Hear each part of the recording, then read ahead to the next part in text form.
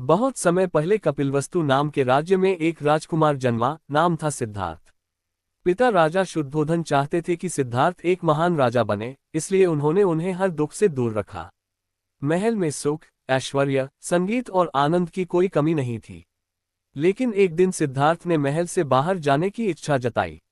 महल से बाहर निकलते ही सिद्धार्थ ने चार दृश्य देखे। एक बूढ़ा व्यक्ति, एक बीमार व्यक्ति, एक मृत शरीर, एक सन्यासी जिसके चेहरे पर गहरी शांति थी। सिद्धार्थ का मन विचलित हो उठा।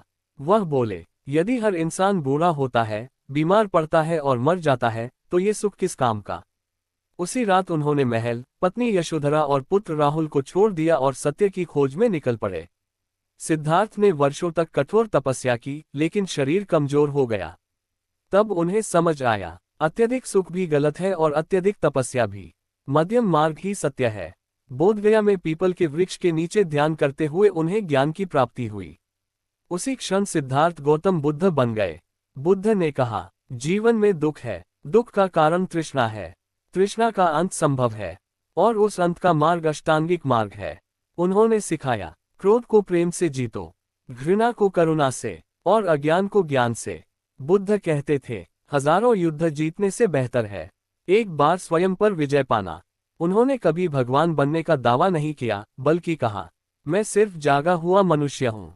गौतम बुद्ध की यह कहानी हमें सिखाती है कि शांति बाहर नहीं, हमारे भीतर है। इच्छाओं को कम करो, मन को शांत करो, यही सच्चा सुख है। बोधगया में पीपल के वृक्ष के नीचे ज्ञान प्राप्त करने के बाद सिद्धार्थ अब केवल सिद्धार्थ नहीं रहे थे। संसार उन्हें गौतम बुद्ध के नाम से जानने लगा। उनके चेहरे पर गहरी शांति थी, आंखों में करुणा और वाणी में ऐसा सत्य जो सीधे हृदय को छू जाए। ज्ञान प्राप्ति के बाद बुद्ध कई दिनों तक वहीं बैठे रहे। उनके मन में एक विचार बार बार उठ रहा था, जो सत्य मुझे मिला है, क्या संसार उसे समझ पाएगा। उन्होंने सोचा, मनुष्य तो इच्छाओं में उलझा है, उसे ये सूक्ष्म सत्य कैसे समझाऊं। पर उसी समय उनके भीतर करुणा जागी। उन्होंने निश्चय किया कि वे ये ज्ञान छुपाकर नहीं रखेंगे, बल्कि संसार को दुख से मुक्ति का मार्ग दिखाएंगे। बुद्ध अपने 5 पुराने तपस्वी साथियों की तलाश में सारनाथ पहुंचे। वे वही थे जिन्होंने कभी कठोर तपस्या के समय सिद्धार्थ का साथ दिया था, लेकिन बाद में उन्हें छोड़ दिया था। जब उन तपस्वियों ने बुद्ध को आते देखा तो आपस में बोले, देखो, वह सुख का मार्ग अपनाने वाला आ रहा है, इससे बात नहीं करनी चाहिए। लेकिन जैसे जैसे बुद्ध पास आए, उनकी शांति और तेज देखकर वे स्वयं खड़े हो गए। बुद्ध ने शांत स्वर में कहा, मित्रों, मैंने न सुख का मार्ग चुना है, न कठोर तपस्या का, मैंने मध्यम मार्ग को जाना है। फिर बुद्ध ने अपना पहला उपदेश दिया, जिसे धर्मचक्र प्रवर्तन कहा जाता है। उन्होंने कहा, जीवन में दुख है, दुख का कारण इच्छा है, इच्छा का अंत संभव है, और उस अंत का मार्ग अष्टांगिक मार्ग है। बुद्ध ने 8 रास्ते बताए, सम्यक दृष्टि, सम्यक संकल्प, सम्यक वाणी, सम्यक कर्म, सम्यक आजीविका, सम्यक प्रयास, सम्यक स्मृति, सम्यक समाधि। उन्होंने कहा, जो इन रास्तों पर चलता है, वह स्वयं को दुख से मुक्त कर लेता है। उन 5 तपस्वियों को बुद्ध की बात समझ आ गई। वे उनके पहले शिष्य बने।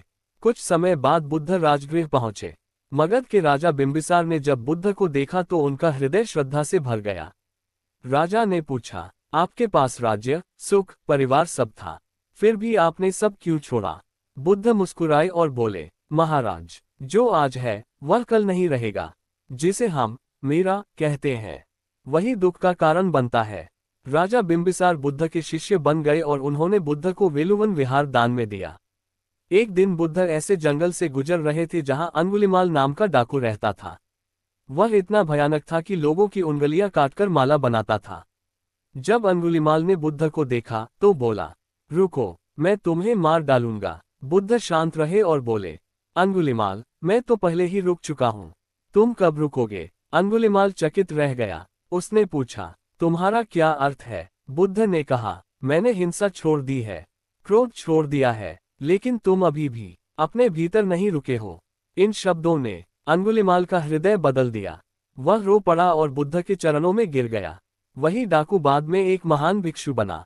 एक बार एक स्त्री अपने मृत बच्चे को लेकर बुद्ध के पास आई। वह रोते हुए बोली, भगवान, मेरे बच्चे को जीवित कर दीजिए। बुद्ध ने कहा, मैं कर सकता हूँ, पर एक शर्त है, तुम ऐसे घर से सरसों का दाना लाओ जहाँ कभी किसी की मृत्यु न हुई हो। वह स्त्री पूरा गांव घूम आई, लेकिन ऐसा कोई घर नहीं मिला। तब उसे समझ आया, मृत्यु अटल है। वह बुद्ध के पास लौटी और बोली, आज मुझे सत्य समझ आ गया। बुद्ध ने कहा, जो जन्मा है वह मरेगा, यही जीवन का नियम है। बुद्ध कहते थे, क्रोध आग है, पहले खुद को जलाता है। लालच अंधा करता है, क्षमा सबसे बड़ा बल है।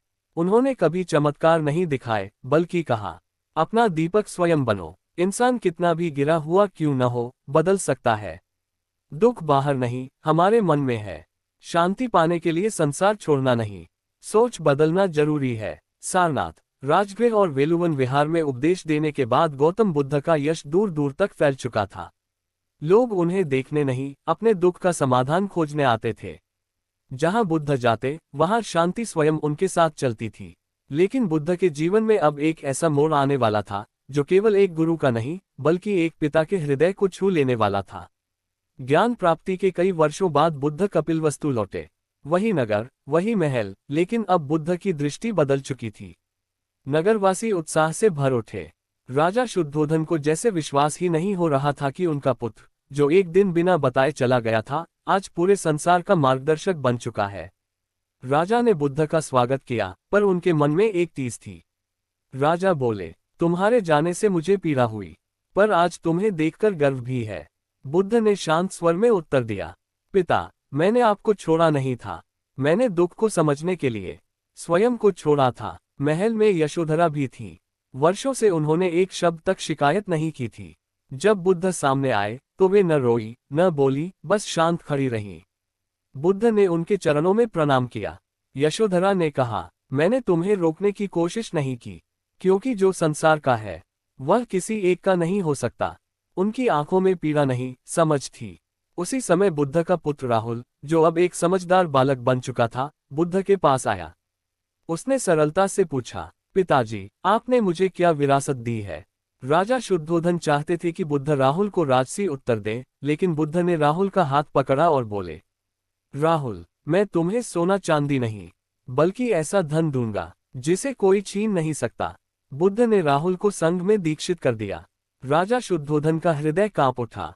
पहले पुत्र गया, अब पोता भी। लेकिन बुद्ध ने कहा, राजा, मैंने आपके वंश को नहीं छीना, मैंने उसे अमर मार्ग दिया है।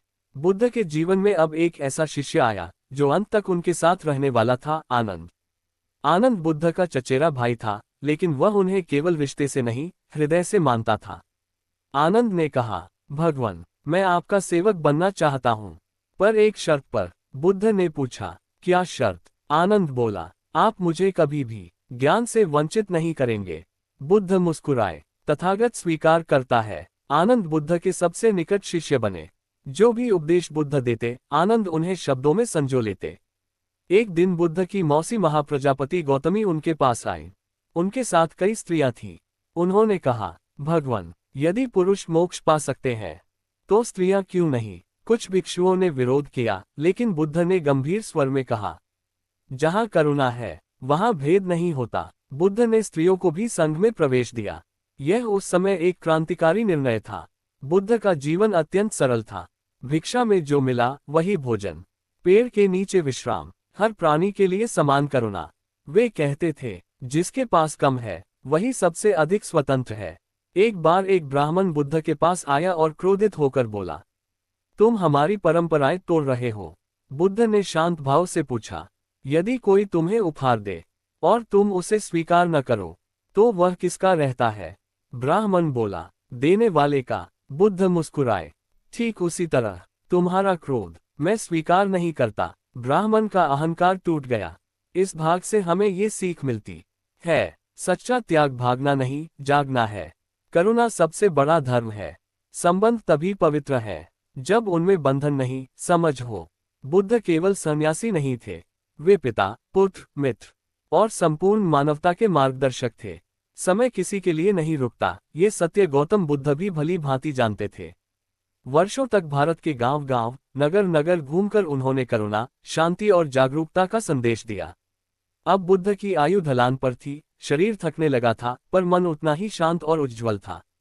बुद्ध अपने शिष्यों से अक्सर कहते थे, ये शरीर एक नाव है, इससे पार उतरना है, इसे पकड़कर बैठ जाना अज्ञान है। एक समय ऐसा आया जब बुद्ध को तेज पीड़ा रहने लगी। कई शिष्य चिंतित हो उठे। आनंद उनके सबसे निकट था। उसने विनती की, भगवान, अब विश्राम कर लीजिए, यात्राएं कम कर दीजिए। बुद्ध ने करुणा से आनंद की ओर देखा और बोले, आनंद, जो जन्मा है वह क्षीण होगा, यही धर्म है। उन्होंने कभी अपने कष्ट को बड़ा नहीं बनाया। वे कहते थे, दुख तब बढ़ता है जब हम उसे अपना मान लेते हैं। वैशाली में बुद्ध ने अपना अंतिम वर्षावास किया। वहीं उन्होंने शिष्यों को एक महत्वपूर्ण उपदेश दिया, अपना दीपक स्वयं बनो, किसी और का सहारा मत ढूंढो। आनंद विचलित हो उठा, भगवान, आपके बाद हमारा क्या होगा? बुद्ध ने दृढ़ स्वर में कहा, धर्म और विनय ही तुम्हारे गुरु होंगे। ये वाक्य उनके संपूर्ण जीवन का सार था। अपनी अंतिम यात्रा में बुद्ध पावा नामक स्थान पहुंचे। वहां चुंडा नामक एक लोहार ने उन्हें भोजन कराया। भोजन करने के बाद बुद्ध की पीड़ा अत्यंत बढ़ गई। शिष्यों को लगा कि यह भोजन अशुद्ध था। वे क्रोधित हो उठे। बुद्ध ने तुरंत कहा, चुंडा निर्दोष है, दान भावना से किया गया भोजन कभी पाप नहीं होता। उन्होंने आनंद से कहा, चुंडा से कहना, उसने बहुत पुण्य कमाया है। ये थी बुद्ध की करुणा, स्वयं पीड़ा में होकर भी दूसरों को दोष से बचाना। अब बुद्ध जानते थे, समय निकट है। वे कुशीनगर की ओर बढ़े। रास्ते में वे कई बार रुके, विश्राम किया। एक जगह उन्होंने आनंद से कहा, मेरा बिछौना बिछा दो। 2 साल वृक्षों के बीच। वहीं वे दाहिनी करवट लेट गए, शांत, स्थिर, जागरूक। कई शिष्य, राजे महाराजे, साधारण लोग, सब अंतिम दर्शन को आने लगे। कोई रो रहा था, कोई मौन था। बुद्ध ने सबको देखा और कहा, मत रो, जो आया है उसे जाना ही है। एक संदेहवादी ब्राह्मण सुभद्र अंतिम क्षणों में बुद्ध के पास आया। उसके मन में प्रश्न थे। आनंद ने रोकना चाहा, लेकिन बुद्ध ने कहा, आनंद, प्रश्न से मत रोको। सुभद्र ने प्रश्न पूछे, बुद्ध ने उत्तर दिए। सुभद्र बुद्ध का अंतिम शिष्य बना। जब समय आ गया, बुद्ध ने सभी भिक्षुओं को संबोधित किया। उनका स्वर शांत था, पर शब्द अमर। अनिच्चा वत्संखारा, उपादवय धम्मिनो, उपजजित्वा निरुज्जन्ति, तेसर वूपसमो सुखो। अर्थात, सभी संस्कार नश्वर हैं, उत्पन्न होकर नष्ट हो जाते हैं। उनका शांत होना ही सुख है। और अंत में बोले, अपर दीपो भव, अपने दीपक स्वयं बनो। इसके बाद बुद्ध ध्यान में लीन हो गए और महापरिनिर्वाण को प्राप्त हुए। न कोई शोर, न कोई भय, बस पूर्ण शांति। इस भाग से हमें ये समझ मिलती है, शरीर नश्वर है, सत्य अमर। मृत्यु अंत नहीं, पूर्ण विराम है। गुरु बाहर नहीं, भीतर है। करुणा अंतिम क्षण तक धर्म है। बुद्ध चले गए, लेकिन उनका मार्ग आज भी जीवित है। कुशीनगर में जब गौतम बुद्ध ने महापरिनिर्वाण प्राप्त किया, तो ऐसा लगा जैसे पूरी धरती कुछ क्षणों के लिए मौन हो गई हो। वृक्षों की पत्तियां स्थिर थीं, हवा भी थम सी गई थी। जिन आंखों ने बुद्ध को देखा था, वे आंसुओं से भर गई। लेकिन बुद्ध स्वयं कह चुके थे, रो मत, जो आया है उसे जाना ही है। बुद्ध के सबसे प्रिय शिष्य आनंद अपने आंसू रोक नहीं पाए। वे फूट फूट कर रो पड़े। आनंद बोले, भगवान चले गए, अब हमारा मार्गदर्शन कौन करेगा? वृद्ध भिक्षुओं ने आनंद को समझाया, बुद्ध शरीर नहीं थे, वे धम्म थे। धीरे धीरे आनंद को भी समझ आने लगा, बुद्ध हर उस हृदय में है जो जागरूक है। मल गणराज्य के लोगों ने बुद्ध के शरीर को सम्मानपूर्वक ले जाकर अंतिम संस्कार की तैयारी की। चंदन की लकड़ियों से चिता सजाई गई। राजाओं, साधुओं, सामान्य जन सब वहां उपस्थित थे। कोई राजा नहीं, कोई गरीब नहीं, सब समान थे। चिता जली, शरीर भस्म हुआ, पर धम्म अमर हो गया। बुद्ध की अस्थियों को 8 भागों में बांटा गया। अलग अलग राज्यों में स्तूप बनाए गए। बुद्ध ने कभी मंदिर नहीं मांगा था, पर लोगों ने उन्हें हृदय में स्थान दिया। बुद्ध के महापरिनिर्वाण के बाद संघ को एकत्र करने का भार महाकाश्यप ने संभाला। राजगृह में पहली बौद्ध संगीति हुई। वहां आनंद ने बुद्ध के उपदेशों को शब्द शब्द सुनाया। एवं में सुत, मैंने ऐसा सुना है, यहीं से बुद्ध के वचन पीढ़ियों के लिए सुरक्षित हो गए। सदियों बाद एक महान सम्राट हुआ, सम्राट अशोक। युद्ध की विभीषिका देखकर उसका हृदय बदल गया। कलिंग युद्ध के बाद अशोक ने कहा, अब मेरी विजय तलवार से नहीं, धम्म से होगी। अशोक ने बुद्ध के संदेश को श्रीलंका, नेपाल, चीन, जापान और एशिया के कोने कोने तक पहुंचाया। बुद्ध ने कभी किसी को डराया नहीं, न स्वर्ग का लालच दिया, न नरक का भय। उन्होंने बस इतना कहा, क्रोध छोड़ो, लोभ घटाओ, करुणा अपनाओ, जागरूक बनो। तुम जैसा सोचते हो वैसे ही बन जाते हो। आज का मनुष्य तनाव में है, तुलना में जी रहा है, बाहर सुख खोज रहा है। बुद्ध आज भी कहते हैं, शांति बाहर नहीं, भीतर है। मोबाइल, धन, प्रसिद्धि, कुछ भी स्थायी नहीं। स्थायी है तो सिर्फ जागृत चित्त। गौतम बुद्ध न तो भगवान थे, न चमत्कारी। वे एक मनुष्य थे जिसने स्वयं को जीत लिया। हजारों युद्ध जीतने से अच्छा है एक बार स्वयं पर विजय पाना। यदि तुम दुखी हो तो बुद्ध तुम्हारे साथ है, यदि तुम शांत हो तो बुद्ध तुम्हारे भीतर है। ये केवल कहानी नहीं थी, ये जीने की कला थी। बुद्ध चले गए, पर उनका मार्ग आज भी जीवित है। जय बुद्धम, शांति, करुणा, जागरूकता।